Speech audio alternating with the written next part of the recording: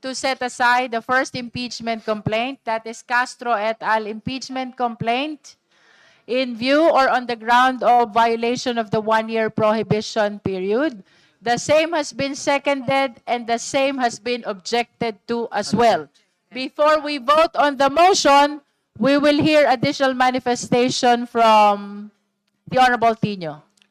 Thank you, Madam Chair. Of course, bilang endorser, I vehemently object to the motion to set aside the complaint that we endorsed on the issue of allegedly that the complaint was filed in violation of the one-year bar rule.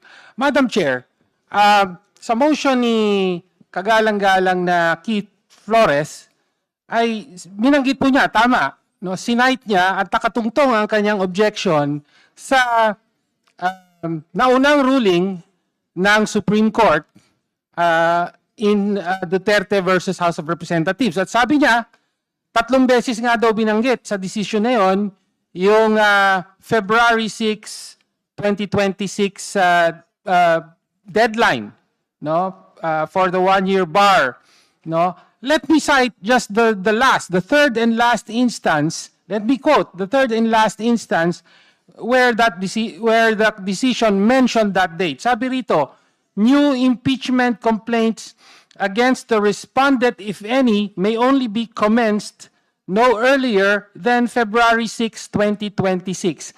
Let me emphasize the word used by the Supreme Court. May only be commenced, no? So ang punto po natin dito ay gumagamit ng bagong lengguwahe ang Supreme Court. No, the one-year bar rule, as we established earlier in the Constitution, speaks about initiation of impeachment proceedings. Yun po ang pinagbabawal. Ngayon naman, may bagong formulasyon ng Korte Suprema. Sinasabi niya, new impeachment, new complaint may only be commenced. No, so bagong, in effect, this is a new rule, no, na with respect to when an impeachment complaint may be filed in a timely manner. Meron na pong konsepto ng commencement. Sa rules po ng House, no, wala pong anumang pagbanggit sa issue ng commencement, no? Kaya po, tingin natin, hindi po nag-a-apply ang ruling na ito sa proceedings ng House on impeachment. Ang gusto ko lang pong ipanawagan sa komite at sa buong House, no, ay malinaw na separate and co-equal branch of government ang Kongreso at in particular sa House of Representatives nakakargo ang impeachment bilang pinakamataas na proseso ng pagpapanagot sa mga pinakamataas na opisyal, no? Kanina sinabi po ni Representative Chua, abay, mag-ingat na lang tayo, baka mamaya kapag inallow natin ang first complaint ay dali na naman ito sa Korte Suprema at baka mabasura pa, no? Ang hamon ko po at panawagan sa committee at sa buong House ay wag po tayong matakot sa sarili nating anino. Panghawakan po natin ang sariling rules ng House on impeachment. Tayo po ang institusyong ito, no, ang House of Representatives ang gumagawa ng sariling rules on impeachment at ang tanging may kakayahang magpatupad ng rules na ito. No? Sa rules natin, walang usapin ng commencement, kahit pa sabihin yan ng Supreme Court. No? Bakit importante po ito? Hindi lang po ito teknikalidad.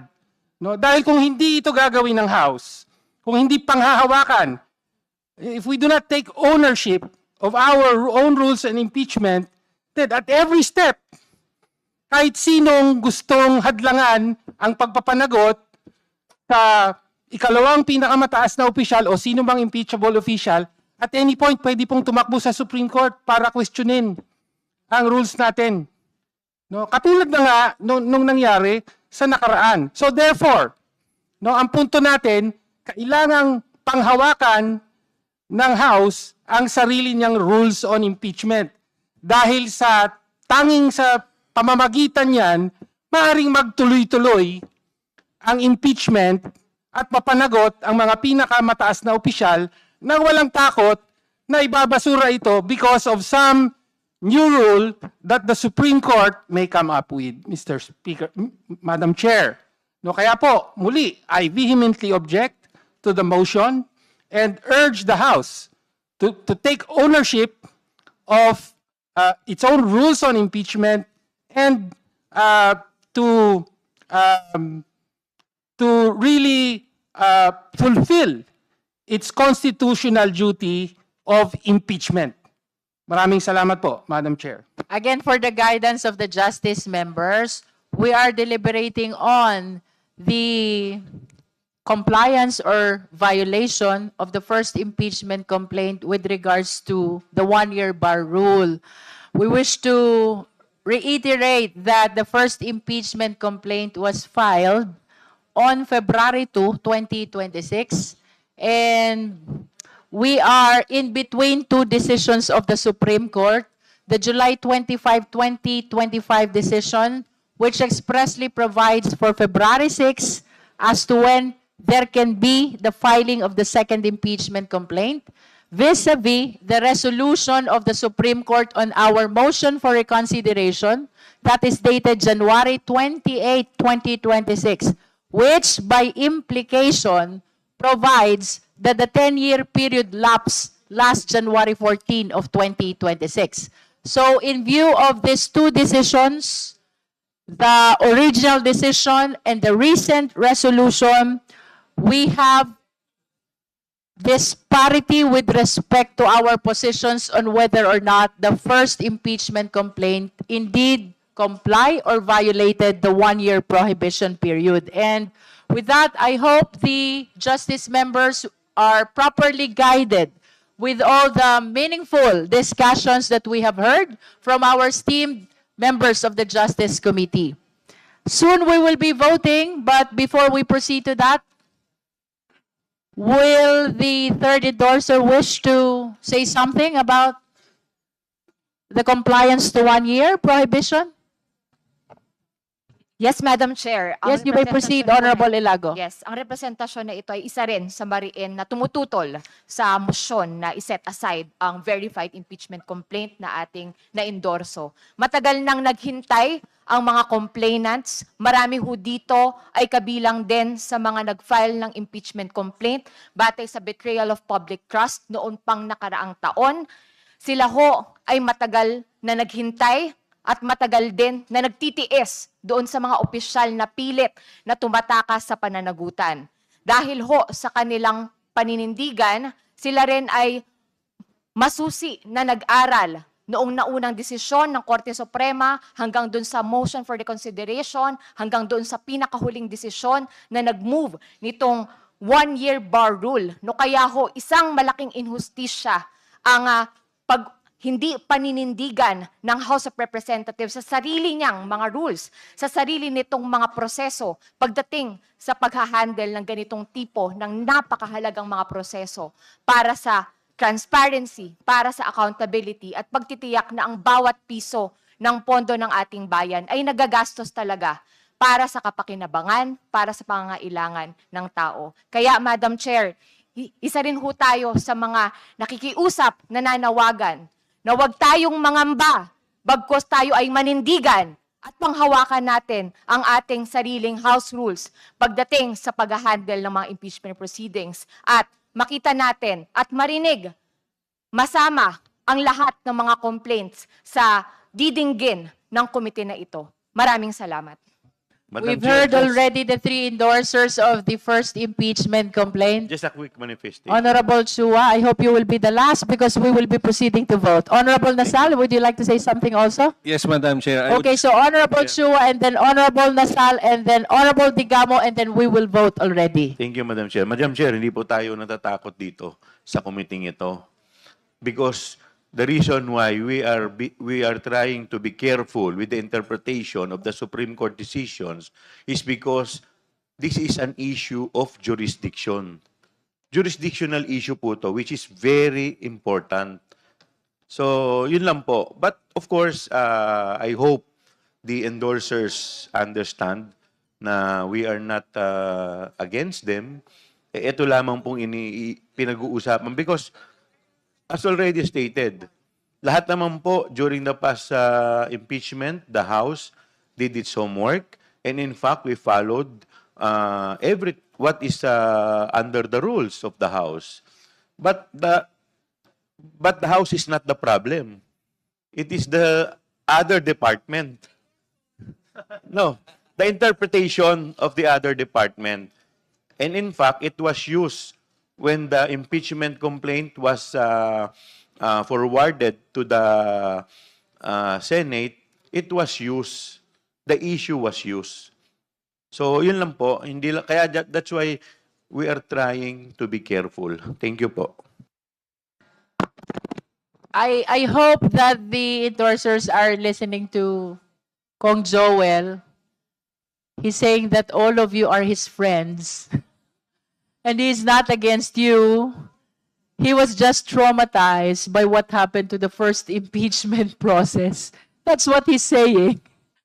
Okay, so moving forward, we would like to recognize the Honorable Nasal. Madam Chair, kaya po kanina, for my earlier manifestation, kaya Yeah, po I sinasabi remember ko it's na, about the 1 year. na sana po ma-resolve na nga, even before magkaroon po ng question on Our perceived inconsistency of the original decision vis-a-vis the resolution is not for us to resolve really, but it is for the branch of the government which issued the same. The least we can do at this point in time is to be very cautious as we conduct this impeachment proceeding. Thank you, Madam Chair. The Honorable Degamo, Madam Chair, last before after. Madam Chair, you've said a lot already, Honorable Ko. After Honorable Degamo, we shall proceed to vote. that is correct po. I agree with the explanation of our fellow members of Congress. But there's also one reason I would like to add why I believe that we have to proceed with tackling the other issues or other complaints. It is because of the discrepancy too of the signature in the affidavit of the first complaint. If you are to look at the signature there, the one in the, how do you call this, affidavit is different from the passport that is being presented as an ID, no? Or a, so parang the more that I am resolved to vote against taking into consideration the first complaint. The manifestation of Madam. the Honorable Digamo is noted. Now we shall proceed to vote. Again, our parliamentary status, there is a pending motion to declare, to set aside the first impeachment complaint. That is Castro et al. Impeachment complaint on the ground of violation of 1-year prohibition period. The same has been seconded, the same has been objected to as well, and we shall now proceed to divide the House. Those who are in favor of the motion, please raise your right hand.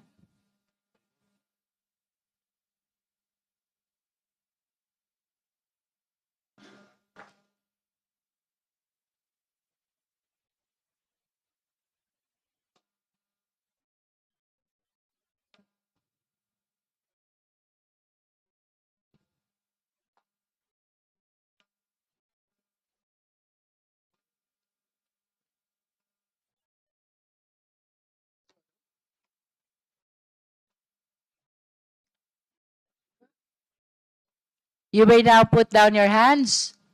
Those who are not in favor of the motion, please raise your right hand.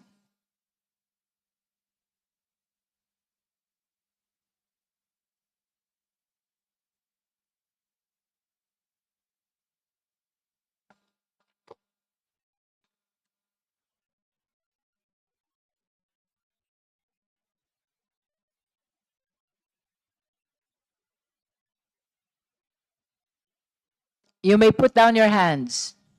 Last, those who abstain, please raise your right hand.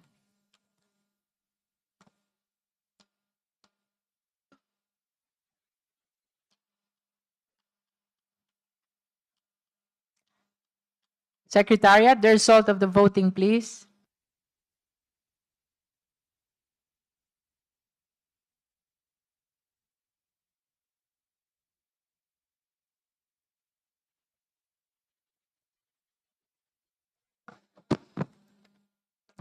With 22 votes in the affirmative and 10 votes in the negative, with 0 abstention, the chair set aside the first impeachment complaint, De Castro et al. Impeachment complaint on the ground of violation of 1-year prohibition period. So ruled. Chair. The Clarification. Honorable Ko. Point of clarification only. Come again? A point of clarification. Yes. What is your point of clarification? Can this representation clarify what the meaning of set aside is? Ano po ba yung parang legal effect nito dito sa buong proceedings? By set aside, it means that it will no longer be included in the proceeding of this committee. With all due respect to the endorsers of the first impeachment complaints. But of course, I wish to state for the record that I think all our endorsers are members and ex officio members of the Justice Committee. And we encourage all of you to continue actively participating in the deliberation. If not as endorser, then as esteemed members of the Justice Committee. Thank you, Chair. That is for the record. We shall now proceed to our determination in form. Because of the withdrawal of the second impeachment complaint and the setting aside of the first impeachment complaint, it now appears that there are only 2 impeachment complaints, the third and the fourth. The third is the Reverend Father Sabala et al. Impeachment complaint, and the fourth is the Cabrera impeachment complaint. We are now proceeding to the determination of sufficiency in form. May we request the endorser of the third impeachment complaint to make a quick manifestation as to her position with respect to the third impeachment complaint sufficiency in form. Thank you, Madam Chair. As a quick manifestation on the issue of the determination of sufficiency in form of the third complaint that I endorsed, I strongly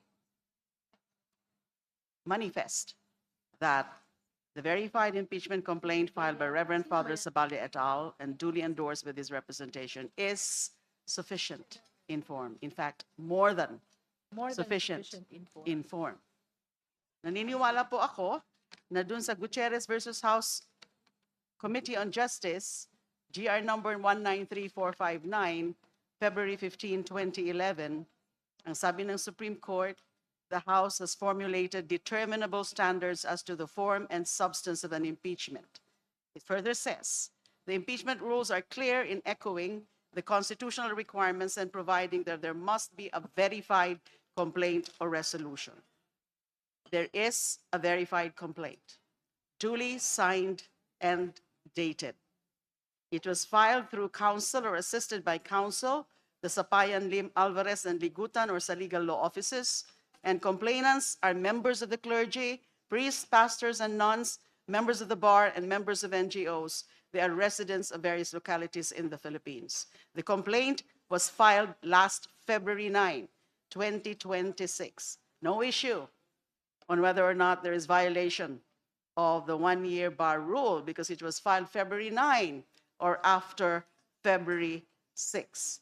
At nung final po nung February 9, itong third complaint, dun sa araw na yon, the first 2 impeachment complaints, yung second nga po ay nan-withdraw na ngayon, on February 2, were not yet included in the order of business.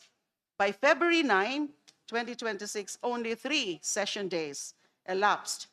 So, complainants filed the third impeachment complaint within the 10 session day requirement as interpreted by the Constitution. Na, it's not really the session days that we are used to adopting, but the calendar day where session is held. On February 23 po, yung pag-include sa order of business. He did so, the Speaker did so within 10 session days of the February 2 session, the February 2 session. On the same date, the House referred all the impeachment complaints to the Committee on Justice.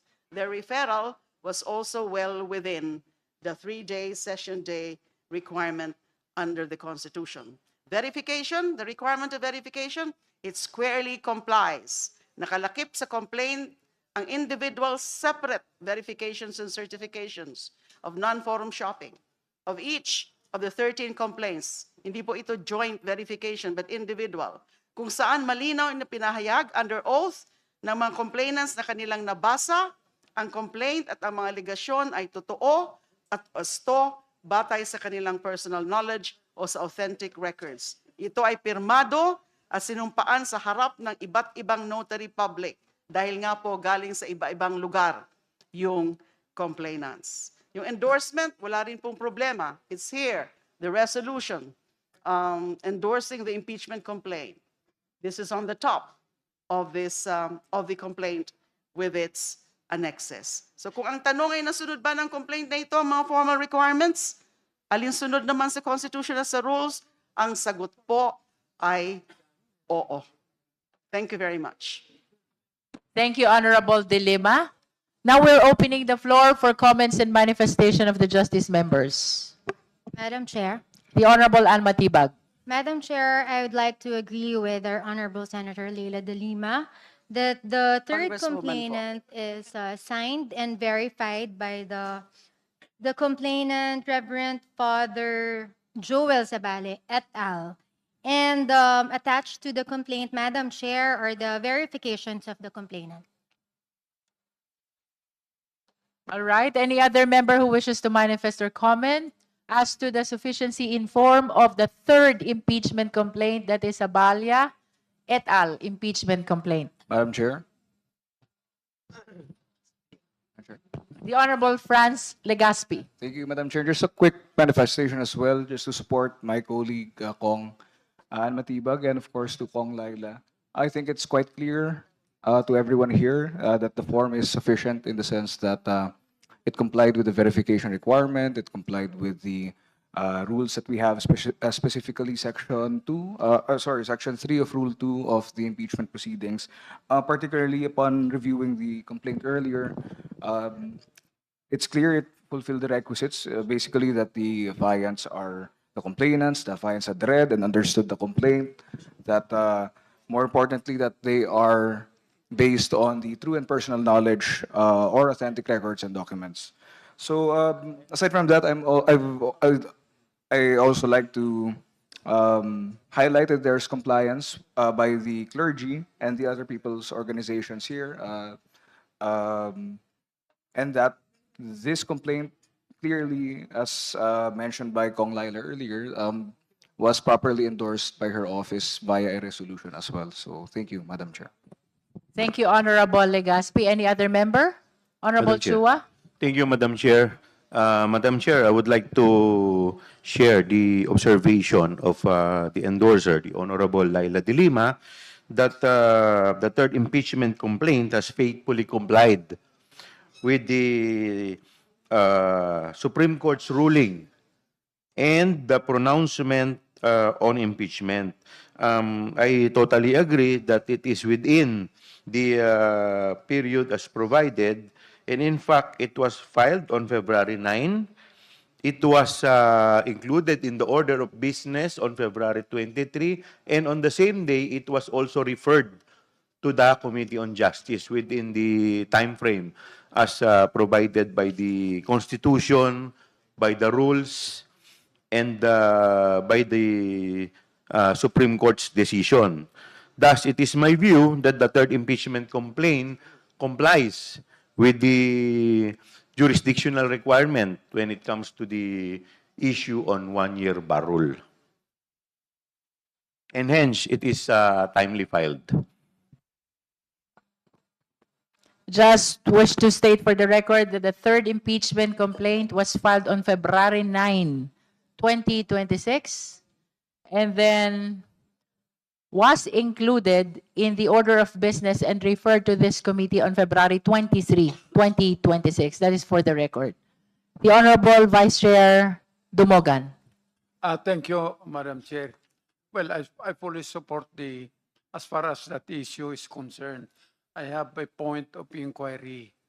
What is the effect of the complaint which we had just previously dismissed on this third and fourth complaint? Look, we said, that's the decision of this committee.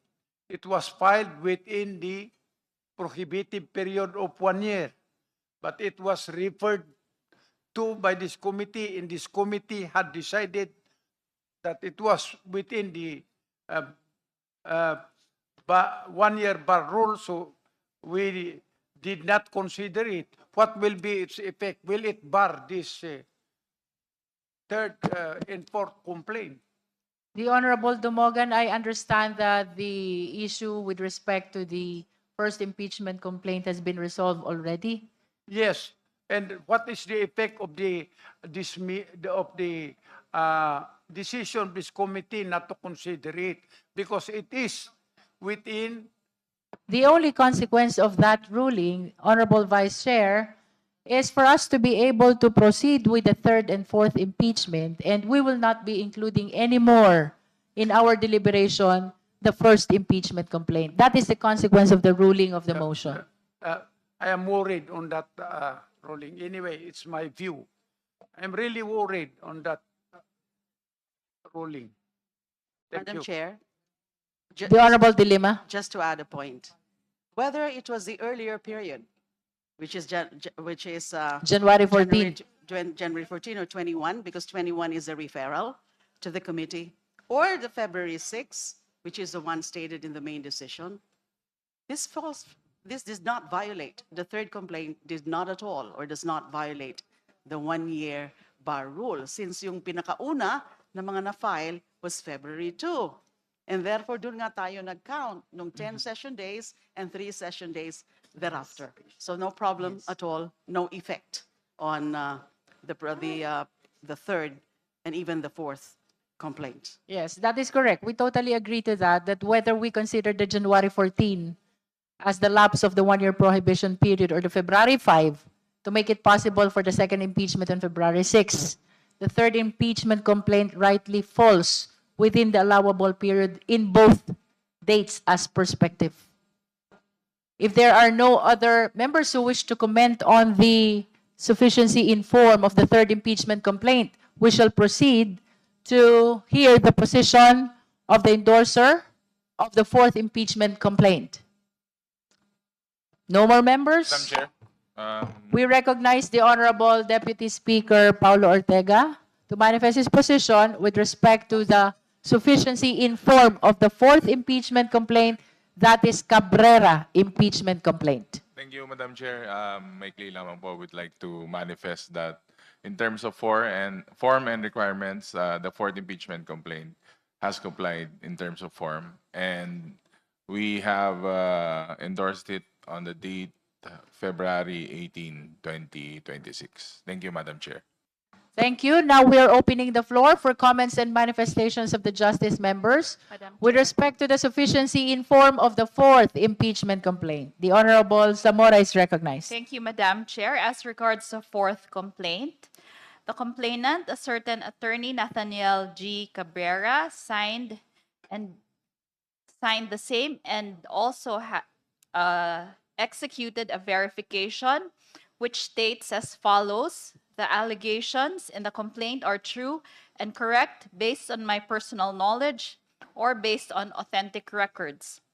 The verification was signed and notarized on February 18 in Quezon City and was notarized by a certain attorney Jason San Buenaventura. The resolution of endorsement by Representatives Benvenido M. Abante Jr. and Representative Francisco Paulo V. Ortega V was signed on February 18, 2026. Both of them subscribed and swore before the Secretary General on even date. So, Madam Chair, we believe that the fourth impeachment complaint is compliant with the requirements of sufficiency of form. Thank you, Madam Chair. Any other member who wish to comment on the sufficiency in form of the fourth impeachment complaint? No more? Can we proceed to vote now? As agreed upon at the onset, after we conclude on the deliberation on all the impeachment complaints, which at this point we only have two, the third and the fourth impeachment complaint, we shall proceed to vote. The chair is now ready to hear the motion with respect to the sufficiency or insufficiency in form of the third impeachment complaint. Madam Chair. The Honorable Zamora. Madam Chair, I move to declare the third impeachment complaint as sufficient in form. There is a motion to declare the third impeachment complaint sufficient in form. Do I hear a second? Is there any objection? Hearing none. The chair declares the third impeachment complaint, that is Father Zabalia et al. Impeachment complaint, sufficient in form. So ruled. The chair is now ready to hear the motion on the fourth impeachment complaint. The Honorable Padiernos. Madam Chair, I move to declare the fourth impeachment complaint as sufficient in form. There is a motion to declare the fourth impeachment complaint, that is Cabrera impeachment complaint, sufficient in form. Do I hear a second? The same has been seconded. Is there any objection? Hearing none.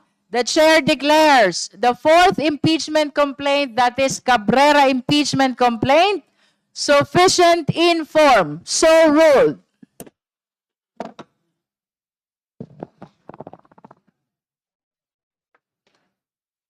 Madam Chair, The Honorable Marcoleta.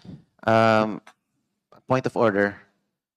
This is not directed to the members of the committee. Madam Chair, our good friend is not a member of the committee. Yeah, but I can Perhaps raise a you point can of just order. manifest Or just instead of raising a manifestation. point of order. Manifestation. All Not right, directed. you may proceed, Honorable Marcoleta. This is not directed to the members of the Justice Committee, but I observed the presence of Mr. Kiko D from the audience.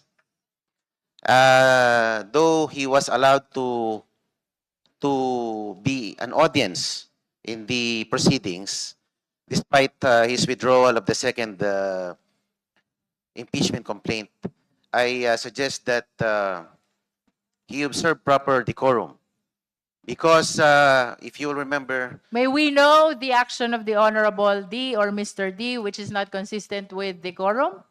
I'm just speaking from experience when the Which means he hasn't committed any yet. not yet, but as a forewarn, as a premonition or a warning, he during the archiving of the impeachment at the Senate, Mr. Madam Chair, Mr. D. Madam Chair, wala pa naman palang ginagawa. Let us not... Point of order. Let us wait until he finishes, and then Can I you will just be allow me to recognizing it. finish? During the archiving of the impeachment, Mr. D. booed and made a gesture of thumbs down at the VIP gallery of the Senate. All right. All right. Honorable gusto ko lang naman Marcoleta, but it is just for them apparent to observe that proper decorum. the Honorable D hasn't committed anything yet which is not consistent to decorum. Would you like to say something, Honorable De Lima? Yes, Madam Chair, it is completely improper for our colleague here to raise that matter. And he has not cited any act of misconduct or misbehavior on the part of Mr. Kiko D. And alluding Would you to like that, to make a alluding- motion to that effect? Yes, my motion is to strike out the manifestation. Second, Madam Chair. There is a motion to strike out from the record the manifestation of the Honorable Marcoleta. The same has been seconded. Is there any objection? Hearing none, the motion is granted. The manifestation of the Honorable Marcoleta is hereby ordered stricken out of the record. If there are no other matters which the members wishes to discuss, the chair is ready to hear Your most favorite motion. Move to adjourn, Madam Chair. There's a motion to adjourn. The same has been seconded. No objection. Our meeting is suspended until tomorrow, 10 o'clock in the morning.